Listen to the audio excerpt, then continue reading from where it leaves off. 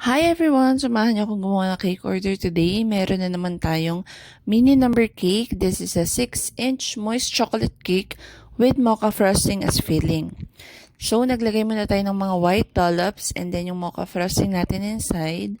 And then, nilagay na natin yung ating top layer. And then, naglagay na tayo ng mga swirls na blue, yellow, and maglalagay ako dyan ng mga dot ng red.